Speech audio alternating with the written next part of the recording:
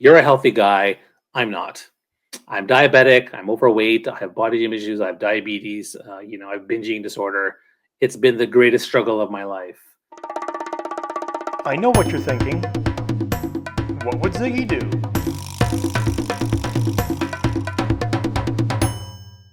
Hello, everybody, and welcome again to another episode number 3 of the Resilient Strategies podcast. My name is Dave Bazanko, and I'm going to be your host again for the next 30 minutes or so.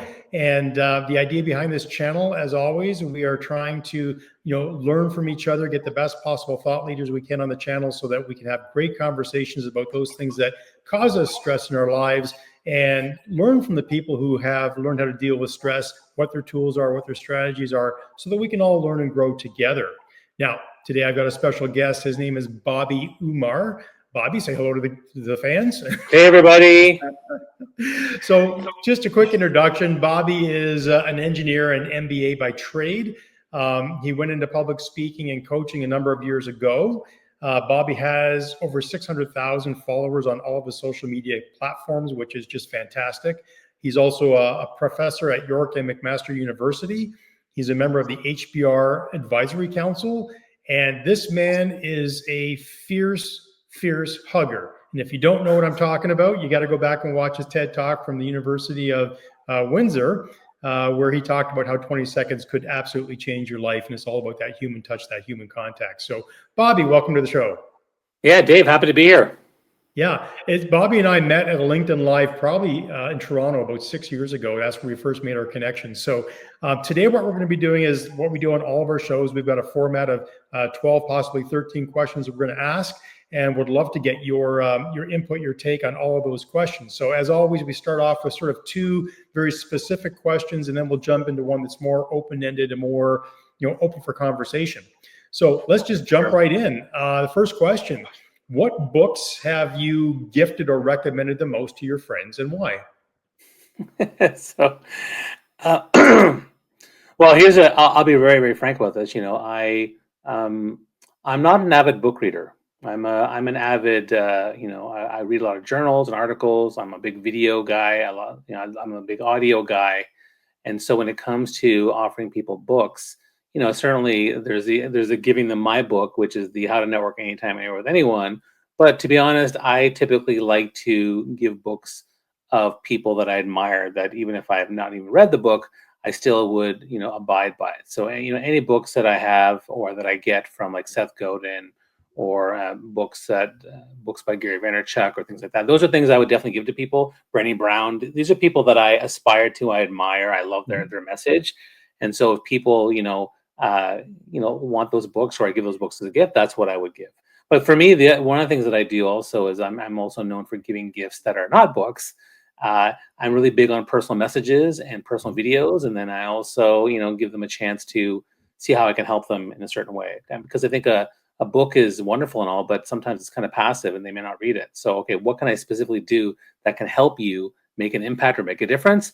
And then I abide by it and I follow up and I do it. That's awesome. I mean, we're not all readers. I was not a reader when I was growing up, and really, I took to autobiographical books about business leaders when they were sharing sort of tidbits. But one strategy that I've always used when I've given away a book is I actually highlight why I gave that book away to that person. Like if there's a chapter, a verse, or something, I'm personalize it and stuff. Like here, I was thinking of you immediately when I read this, and off it went. Gary Vaynerchuk, jab, jab, jab, right hook. If you haven't read that one, social media. Sure. That's it in a nutshell, right? Give, ask. Yeah. So that's perfect. That's great. Thank you for sharing. Brené Brown's also an excellent author, and I think we've all probably heard of her, watched her TED Talk. Another great thought leader. So great names you've mentioned. When you think about the activities in your life that you do that bring you the most joy, what are those and why? Anything to do with my kids where we're having fun, particularly like when I watch them in action. I mean, they're older now. They're 16. My daughter's turning 14 next week. But when I see them perform, when they're doing karaoke and they're harmonizing, they're performing on stage. When to me, that's where when my son plays violin, my daughter sings. Like I love that. But when they're together with us and we're doing some stuff where we're singing songs or harmonizing, playing board games, the stuff we do for fun, I love that for sure. Anything to do with people. I mean, I'm a very people guy. So, when I do the LinkedIn local events, which we did a couple weeks ago, being in there amongst the people is great. Being on stage, it fires me up, whether I'm performing in a musical or whether I'm speaking on stage. That type of stuff really, really gets me going because I can see the audience, I can immerse with them. The energy there is really, really good. And I think the other thing that I really love is if I can find a chance to have a deep conversation with somebody versus just surface stuff. I love that. I can go for hours. Let's keep talking. Like, what are we talking about? Social justice, politics, challenges, finances, spirituality, whatever it is. Some deep topic with people that I love, admire, respect. That to me is like some of the best times of my life. I can't agree more. I mean, I value my kids are a bit older; they're 30 and 26 now, but I value that quality family time that we have together. But even more important, it's those quality conversations. And so, Right. Bobby, I just like, yeah, I resonate 100% with what you said. And when you talk about building your personal resilience, there's nothing worse than feeling alone and isolated, like you're the only person going through a struggle. So being able to open up and having those conversations with people. I actually remember in Toronto, one of my good friends, the first time he gave me a hug, I was like, ooh, this is weird. Why is this guy giving me a hug? I've known him for my entire life and he's hugging me now. What's going on? And he had gone through some sort of a personal awakening and he just wanted to, inspire me with that. So like those personal connections are so, and it resonated with me when I was watching your TED Talk about those 20-second hugs. Warren Right. was the person who I thought of. So yeah, I mean, it's great that we have those connections with our families and spend that quality time together. So speaking of friends, this is always a big one because we are sort of reflective of the circle of friends that we hang out with. And sometimes our lifelong friends aren't along for that same journey. So how do you manage and deal with, what's the hardest part about managing friendships to you and why? I think the hardest part of managing friendships is, I guess evolving and growing together and maintain that connection. I mean, I think that's a very, very challenging thing because we do change. We do drift apart. I've had, one of the longtime best friends of my life completely cut me out of his life during the pandemic, and I don't know why, and it just kind of happened. And I was his best man. He was my best man, and wow. And then other ones who are far away, and so how do we spend time talking to them and making sure we stay connected and nurtured, and sometimes you never know what to say or how to do it. So I think and maintain those relationships, whether they're your closest friends of your life or your good friends or even just the acquaintances. Managing those things, and also I think prioritizing how you're going to do it. One of the things about me that's changed over the years during the pandemic, particularly, I was a flaming extrovert, 100% on the Myers-Briggs and extroversion scale. And now what happens is after the pandemic, I started really focusing on the connections that really matter. So when I had a dinner for my birthday, I just picked who are the 10 people I really want to talk to. And we had this dinner and we just talked for hours. It was amazing. When I go to a city, I used to plan like a lunch. Hey, everyone, I'm here and I'm here in Vancouver. I'm here in London, England. Come meet me for lunch or dinner. I don't do that anymore. Who are the one or two people I really want to see and talk to? And I basically reach out to them first. That's kind of what I do. So I think the ability to be able to do that is incredibly important. And I think the other part of this with friendships is how do you have those very uncomfortable or challenging conversations? Because you never know. I mean, the moment you share that vulnerability, pretty soon you have a deep conversation. Like people don't want to talk about politics, but if it's important to me, how do I bring it up? And one time I brought it up to a friend. Next thing you know, I find out, oh, he's very active. I had no idea. Another time, we were struggling with infertility, and I didn't want to talk about it. But then I brought it up, and next thing you know, we have friends who are going through the same thing. And I think that is when it comes to the topic of resilience, like being able to understand how to actually dive into those conversations, have deep conversations, is actually a big aspect of the resilience part. Yeah, I totally understand. Like, I totally can relate. And when you talk about sort of narrowing down your friends to the ones that are giving you something positive in return, that's the challenging part. Is when and Bobby, I've got a similar circumstance. I don't speak to the best man at my wedding anymore. It's been 20 Right. years now, and I can reach out as much as I want. He's just decided this isn't what he wants, and Yeah. it's hard to wrap your head around it. I explained to somebody else it's kind of like going through a divorce. I've never gone through that, but I can only imagine it feels that horrible. Well, And it was worse than that. I had to grieve because he said, yeah, "Don't contact me again," and I I had to grieve the loss of my friend for a couple of years, and so it's been challenging. So I feel you on that. Yeah, the grieving process can sometimes last a lifetime. So, Yes. and the important thing though is if you can talk about that with other people, again, recognize you're not alone in the struggle. Yeah. That's huge. So, though these are little things that we talk about when it comes to personal resilience, because it's all about building those relationships with the people around us to build us up and not hold us back. So, Hmm. thank you for sharing that. Let's jump into physical resilience. This is kind of one of my fun ones. I'm known as an Ironman triathlete. That kind of was my claim to fame way back when I got started in 2011. And I love asking this question because when I'm sent out to speak at events all the time, especially on behalf of Triathlon Ontario, they say, find out what people's biggest fears are. So when you think about doing an Ironman, let's say you're going to go do one tomorrow, Bobby. What do you think would scare you the most about doing an Ironman? The swim, the bike, or the run, and why? I would say the swimming because I can't swim. So if they allow for those what are The those water plastic wings, things? If I the can water get wings. water wings, then maybe I'd be okay with it. Although I'd be there for a couple hours, trying to wade through. I think that's probably the one I'd be fearful of the most. But yeah, I mean, it's part of the fear would be not just I'm not really fearful of trying new things or fearful of the unknown. I'm fearful of knowing what my limitations are. And Mhm. so for me, if I had to run and I could walk part of it, I'm fine with that. If I have to bike and go as slow as I want to, great. But if I can't swim, how do I overcome that one? Yeah. So, is there maybe if there's another triathlon where they allow us to do something else, or I could maybe go canoeing across the water, then okay, that's a triathlon I could do. But for me, I think that's kind of where I would be very apprehensive and wonder how the heck am I going to do this? The good news is there are multi-sport events that do Sure.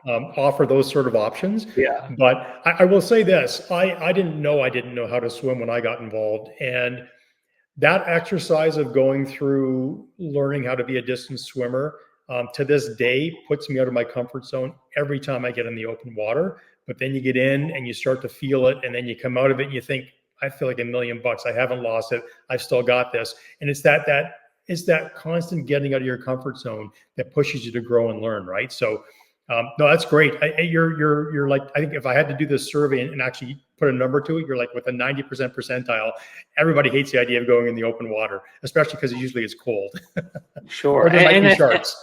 Yeah, and I think that look, I mean, I could probably spend a lot of time learning how to swim, just like I could spend a lot of time learning how to play guitar. Because the other thing I've always want to do is I can't play an instrument. I sing, but I don't play an instrument. And I Mhm. see my kids playing, I was like, man, I want to learn how to do this. But I'd have to be able to commit the time because it's a time and energy to really Yep. invest on that really really brand new skill to really Mhm. build it up. But I definitely see but also there's a mindset that holds you back and say, well, maybe it's not where I want to spend my time and it's too hard. But the truth is, I also believe that if you work hard at something and you have the right strategy, you can actually overcome pretty much any obstacle. That's bang on right there. So, physical resilience is all about, it can be a number of different things. When I say number, it's what you put into your body, it's what you do with your body, it's how we're managing our resources to have, a long and healthy, happy life. So, just, whether it's walking, whatever, what is your favorite type of exercise and why? My favorite type of exercise. Well, I grew up. It's funny because when I was younger, I was more of a nerd, a brainiac, and so I was a nerd in the chess club and the debating club, but I was also very social, so student council and dance community, those types of things. So I was social and I was nerdy. What I wasn't known for is my athleticism. However, I played badminton Mhm. and I got pretty good at it. And I remember in high school. I showed up at the athletics awards banquet, and they're like, "Bobby, what are you doing here?" I was like, I lettered in badminton, man. I played on the team for 3 years. This is exciting, man. I was super excited about that. So for me, like playing badminton is a lot of fun if I ever get a chance. And I got into squash as well and Mhm. racket sports. I started playing pickleball. Like for me, that's a kind of fun.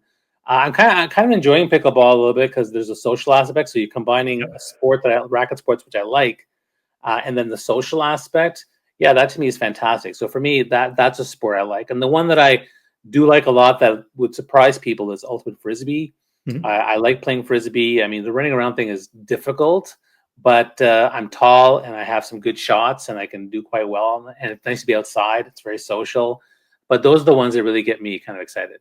What's ultimate frisbee? Because I don't know. Is that like, is it timed or something? Because you say you're Well, it's running like, around it's a kind lot. of like frisbee football or frisbee basketball, but you have to you can't run with the frisbee. You have to pass it to people all the way forward into an end zone, and Okay, but it's very very active. And there's a whole Toronto Ultimate Club that I was part of for a couple of years, cool. and yeah, it's a lot of fun. See, we're all learning something today. That's the point Yes. of this exercise. Let's learn something new. I had no idea that existed. So that is awesome. Let's jump into the third question here. And Sorry. Can I interrupt for a second? I mean, the physical resilience piece. I mean, look, I think that I should be very open about the fact that you and I've talked. You're a healthy guy. I'm not. I'm diabetic. I'm overweight. I have body image issues. I have diabetes. I have binge eating disorder. It's been the greatest struggle of my life to try to overcome this. And the physical resilience piece. I did a post. On. Actually, I shared a newsletter just a week and a half ago on LinkedIn Mhm. about the fact that I had my first severe binge eating episode in years, and my body was telling me something that I need to like do something and cut back and scale back. So I've decided to do that for the most part. And I think for me, the physical, how do I create resilience when it comes to my physical limitations? I mean, I definitely believe, leveraging partners and accountability partners to, I'm very social. So I'll go work out with somebody or go play sport with somebody. I talk about it very openly, and that helps me overcome the physical aspects. And so there's different things I'm doing to try to navigate that, because it definitely has been really the greatest struggle of my life. And so physical resilience, when you brought it up, certainly made me think about a lot of those things and how I overcome it. Like even the like let's say for example, if you asked me like 10, 15 years ago to do a triathlon, the biggest issue would not have been swimming. The biggest issue would be me being a bodysuiter taking my shirt off, because I spent 25 years not taking my shirt off in public, Mhm. right? Because of how I felt about myself and my body image. I'm better now, especially with the kids being around and showing them I don't want to be like that. But it's something that I did struggle with. So I just want to share that and be open about it. Absolutely, because you're not alone. I think that's the common theme here. We're not alone in our struggles. I mean, I definitely have struggled with some body image issues as well. And one of those things, oddly enough, is all that exercise that I've done over the years outside. I didn't wear sunscreen, and I have precancerous skin cancer. So it's not skin cancer yet, but it's like, if you could be this close to it, that's where I am. And it looks like I literally have bug bites up and down both of my legs. And I was actually coming out of Algonquin Park on a canoe trip with my son a few years ago, and these guys were coming towards us in another canoe, and they saw us coming out of the bush, and the guy looked down at my legs and went, "Holy crap, are the bugs that bad in there?" And I went, "No, just precancerous skin cancer. Wear sunscreen." And we just kept on going, but that's how bad it looks. And so I have this anxiety about going out in shorts in this as a Right, triathlete, and it's because I know my legs kind of look gross, and that's my own perception. And right, I know some days they look better than others, but we all have something, right, that's sort of holding us back. And the one thing that the strategy that I've always used, Bobby, is I just have this crystal clear vision of who I aspire to be when I'm 80 and 90. And I know the only way that I'm going to get there is if I invest in myself the way that I do every day to realize that goal. It's got nothing to do with about being an Ironman. That was a hmm, nice sort of cherry on top of the cake. The idea is, what kind of vision do I believe in? What's the process I have to follow to get there? And where's the proof that I'm moving forward? Like, that's my blueprint for resilience. So I appreciate you sharing. You're not alone in that struggle. And if you can take anything, if I can give you any advice, it would be get really, really crystal clear on who you want to be. So much so that you just, it's like they say the Ironman is this place, the finish line is a place you absolutely have to get to, and there's nothing in the world that's going to stop you from getting there. Well, I think that, unless you get that clear on the vision of who you want to be, you could be tempted and drifting in many different directions. And I know there are many days I don't want to get up and exercise, especially when it's cold outside, right? We live in Canada. There are yeah, days when it's not fun out there, but I never came home from a workout feeling like that was shitty. Never. It was like, if it was shitty and I went out and did it, it was like, I am so proud of myself that I went out and did that. Right. So anyway, that's a side conversation that we can dig into for a long time. But it does lend us into the last question about physical resilience. And I've sort of alluded to it. What do you fear the most about growing older and why? Well, I'm a very fiercely independent person, and I see my parents getting older. They're both 80, and so they're requiring us to take care of them. And so I think the idea of having people to have to take care of me, that would really bother me. So, and also being overweight, like what if I'm bedridden or what if I can't? I mean, I've had situations just even in my current life now where I have my back goes out and I can't walk for a week, and I have to ask my kids and wife to do stuff, and I absolutely dislike that. So for me, the idea, I think that's probably the part I would dislike: lose my independence and having people that have to take care of me. I think that would be very difficult. I can agree with you 1,000% on that. I share a story. I share a story about my father, my father and my grandmother, his mother, both had Lewy body dementia, and I watched a physically fit person lose his mind for 10 years and live in a nursing home where he couldn't speak. And that's my greatest fear is trying to learn. I think it's also my greatest gift my father ever gave me was the wake up call, like, don't end up like me, and Hmm. learn everything you can to not end up like me. And so that really spun into a whole different conversation about why I do what I do. It's all about, and I say this all the time, it's about BDNF, brain derived neurotrophic factors, which are like miracle grow for your brain.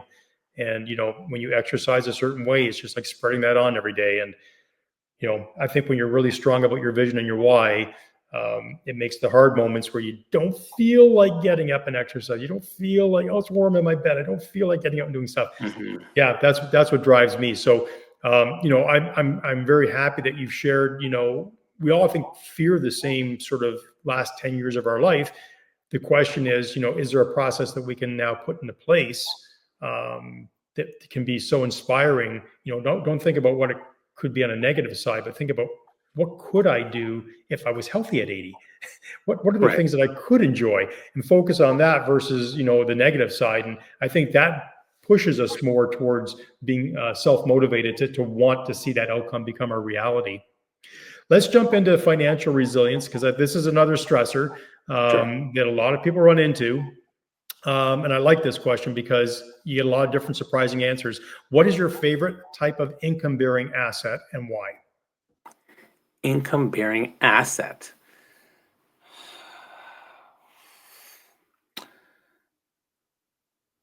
It's a good question. I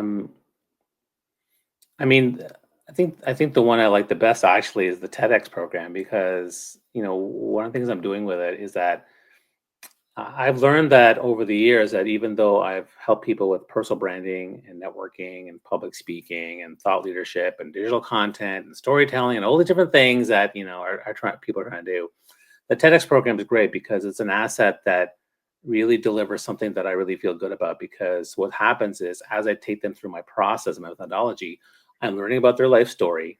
I'm getting clear on their personal brand. I'm giving them strategies on how to leverage content and relationship building and thought leadership.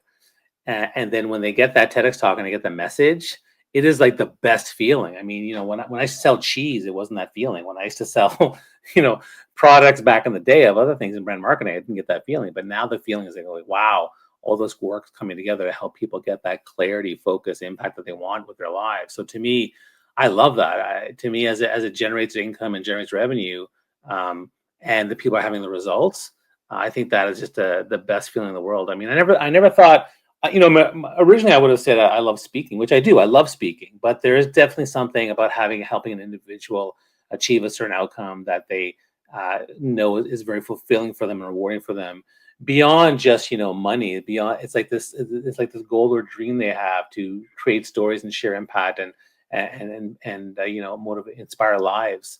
And I love that. So the fact that I'm helping people do the same thing, that's awesome.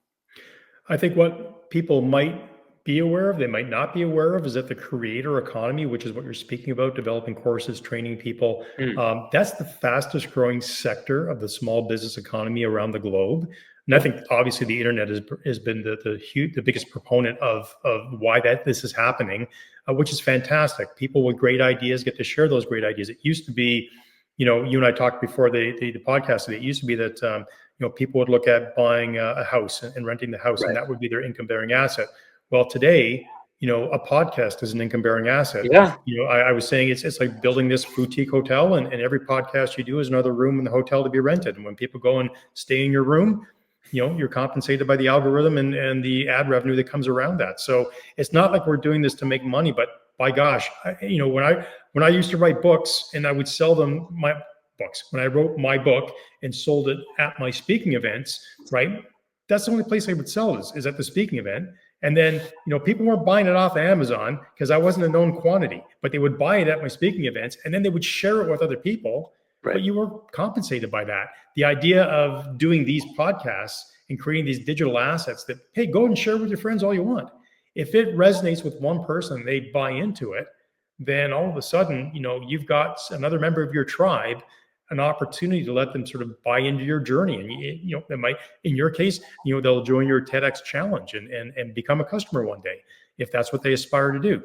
So that's awesome. That is a great answer. And I appreciate you bringing that up. The second question is, what's the last service that you've paid $100 or less for, and why? The last service. Well, I mean, I think well, there's a couple, but I mean, I'll say the last one that I think is really relevant to me is paying for a membership community. So I'm really big on those now. So I have a couple of communities that I'm part of that are non-paid events, but they're casual, informal things like the LinkedIn Top Voices. We have a little WhatsApp group and we have a little LinkedIn group. But then, and I run my own membership community called TLB Club, which is for business owners and things like that. But I've also paid to be in other ones as well. And so that investment has been fantastic. I think it's just because, when you're part of a bunch of groups, you have a place where you can ask questions and access resource and talk to people and talk to diverse people, because you don't want to be in one community and just talk to them. You want to talk to a couple of different communities. And so for me, the investment to have done that has been great. I mean, I've invested in a lot of stuff. The other one I'll say is the AI tool. So last year, I started investing in a whole bunch of AI tools because I knew that AI was the future, and I knew that these companies would invest in their current tools. So I bought into like grandfather or lifetime access type deals with folks. Mm-hmm. And I think I bought about a dozen different AI tools. And now at this point, a year later, some of them have really accelerated and some of them not so much, or some of them are redundant. There's because there's overlap. So now what's happened is I now have 3 or 4 that I love that I use all the time. The other ones not so. So like for me, Opus Clip, Cast Magic, Postwise, and I just kept ChatGPT 4 by itself. Those are fantastic for me. I love them, and the investment I made for those things has been worthwhile. That's perfect. I mean, I know Robert Herjavec from Dragon's Den and now Shark Tank. He talks all the time about what go ask somebody what they would willingly pay $100 for, and then that's a new service business you could start. So I like asking that question. I think you took it in a bit of a different direction as to what I paid a service fee for. I always like to think of. Oh, you want to know what I would have paid $100 for that doesn't exist? Well, no, like think about it. If like for me, I paid a guy $200 to come and put mouse traps down around my house because we live beside a field, and that's reality. I'll pay to go out for dinner and have somebody cook for me. Those are all service businesses that other people could learn from and go, okay, there's an opportunity for you to deliver that better. But to your point, somebody went out and created AI or created a piece of software, and for you, it's easier to pay that service. And for me as well, I've got ChatGPT as well. It's easier to pay that service to have an assistant, because that's what ChatGPT becomes to me, is my digital assistant. And it's like, wow, that just saved me 3 hours of work. Awesome. Well, I mean, I'll give you an example where I invested something. It was a couple of years ago, but basically, we used to order IKEA furniture all the time, and we built it ourselves because it's kind of fun. Hey, I want to build stuff. But one time, in our new apartment, we bought like 5 or 6 very, very big things: a dresser, like a couple of shelving units, and all these different things were quite complicated. And then we paid, I think, only $175 to have them installed.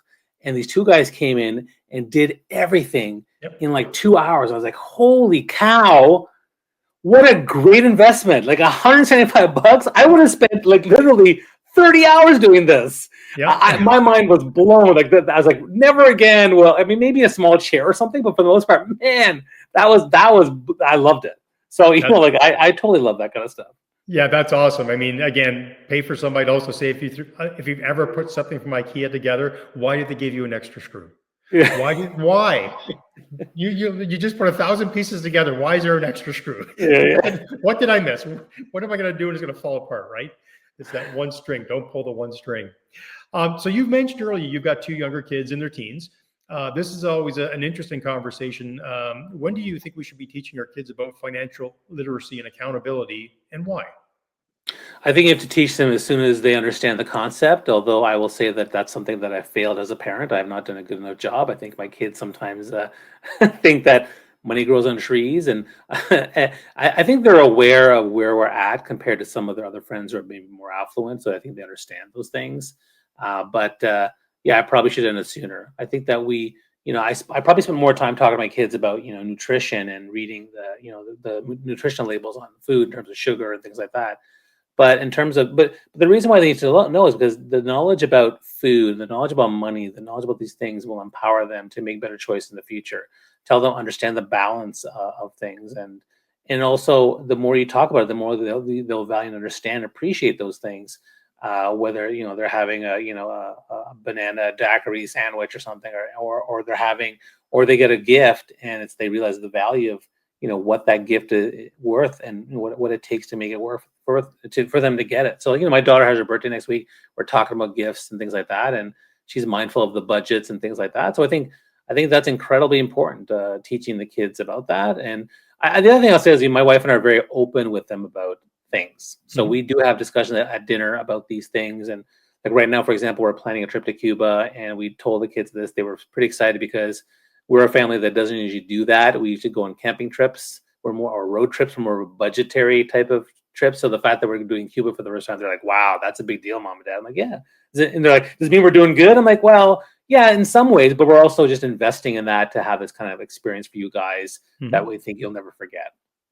And that's awesome. I value all the family trips I took with my kids down south. And if I don't know if you caught it on my channel, but my son and I did a fishing trip up north, a fly-in fishing trip in June this year, up way northern Ontario.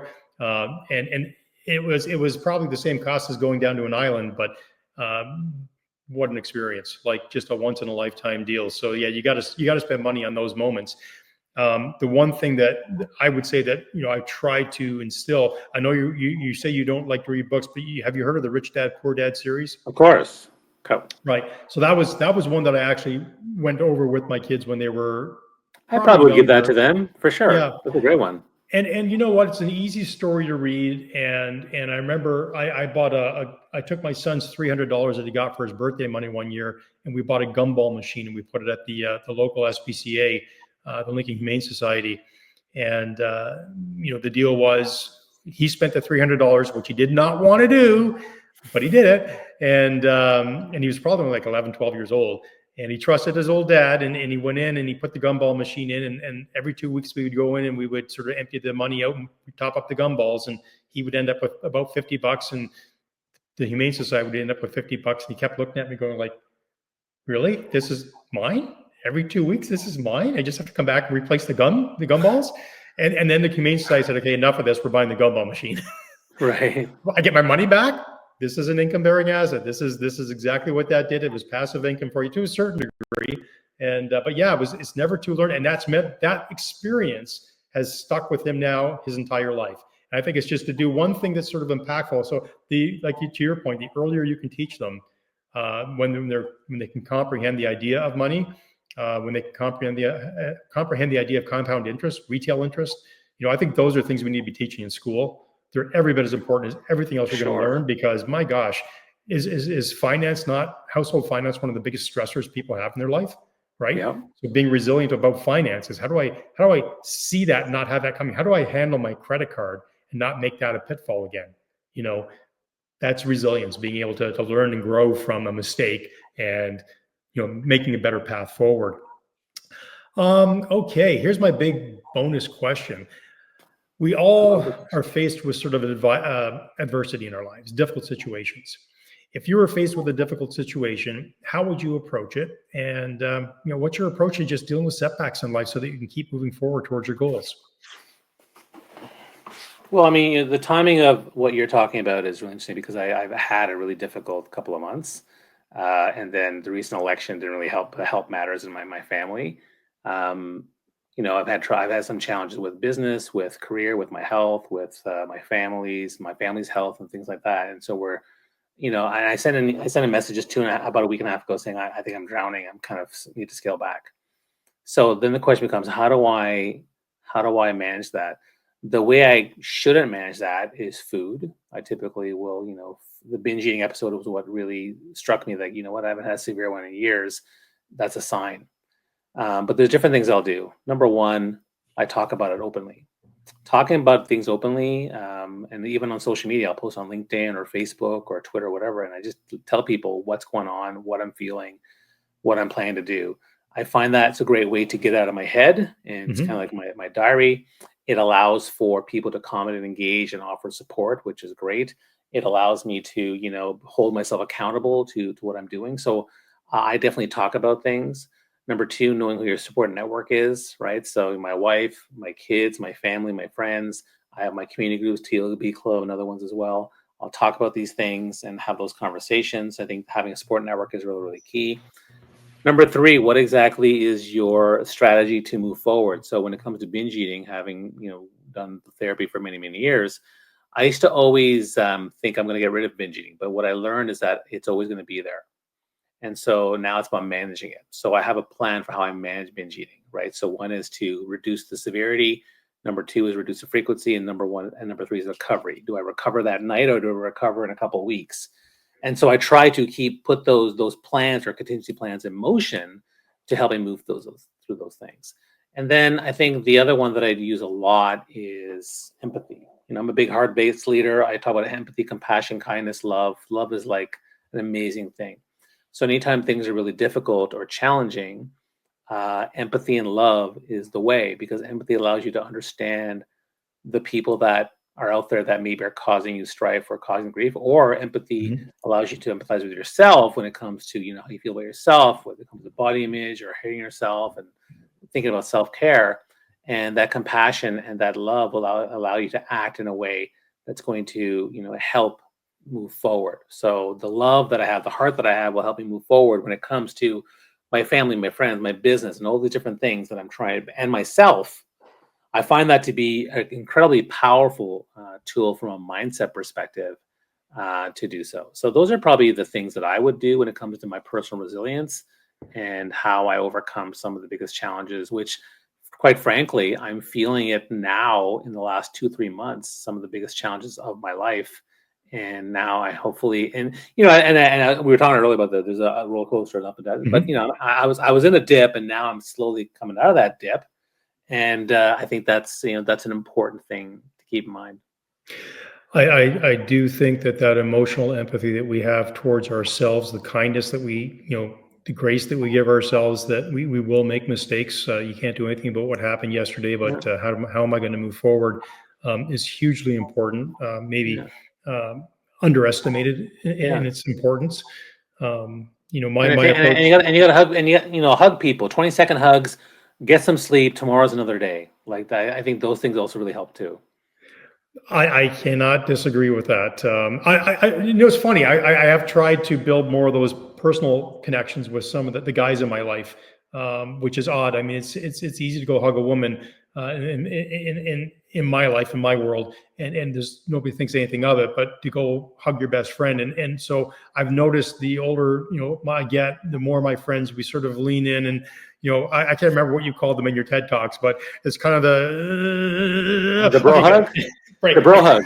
Yeah. But yeah, it's all good though. It's a step forward, right? It's a step forward. Exactly. It's not going to happen overnight. These are all small little steps that we have to take. Well, listen, Bobby, I appreciate your time today that you spent with us. I know you're a busy guy. I know if you want to take this opportunity to promote, I know you've got your 5-day TEDx challenge coming up in December. If anybody wants to partake in that, who might be watching this, where can they find that? Where can they find out more about that with you? Yes, I mean the 5-day TEDx challenge is really one of my easy tools to help people know my models and process and show people how I guarantee a TEDx talk for them within a year. And so they can take that challenge and then do it on their own if they want. But it's a really great opportunity because you get basically 6 hours of my time and all the replays for just $100. So that's the TEDx challenge. I have other programs, free resources plus more high level stuff for TEDx. So you can just go to my website and see all the programs that are there that are coming up. And then secondly, I also run the TLB Club, which is basically helping small business owners build up their business and brand. So I help them with content strategy, digital thought leadership, personal branding, sales, negotiation, mindset, all the things that come up that allow entrepreneurs, small business owners, and freelancers, side hustlers to do what they need to do. The best way to learn about that is go to my website, thethoughtleadersbrand.club. But every Thursday we have a Zoom call where we bring in a speaker to train people, and so you can come to that. It's free to the public, and come check it out and see what it's all about every Thursday, and learn more about what we're doing there. So those are the two things that I'm typically working on, and you're more than welcome to just look me up and find all those things. Well, you can find Bobby on LinkedIn for sure. And Yep. Bobby, again, just really appreciate your time today and your perspective and your insights. We all come at these things differently. I know that my approach isn't the only approach that works. So I do appreciate listening to other people and just your perspective. So thanks again for your time. For those of you who are watching, remember, if you like this, if you like the things you're finding on the Resilient Podcast channel, remember to like and subscribe, share it with your friends. We're here to help, and that's what we try to do every day, learn from each other. So again, Bobby, thank you very much. Everybody else, Thanks, have a Dave. great rest of your Friday if you're tuning in live, and otherwise we'll catch you on another one of our live streams. Bye for now. Bye.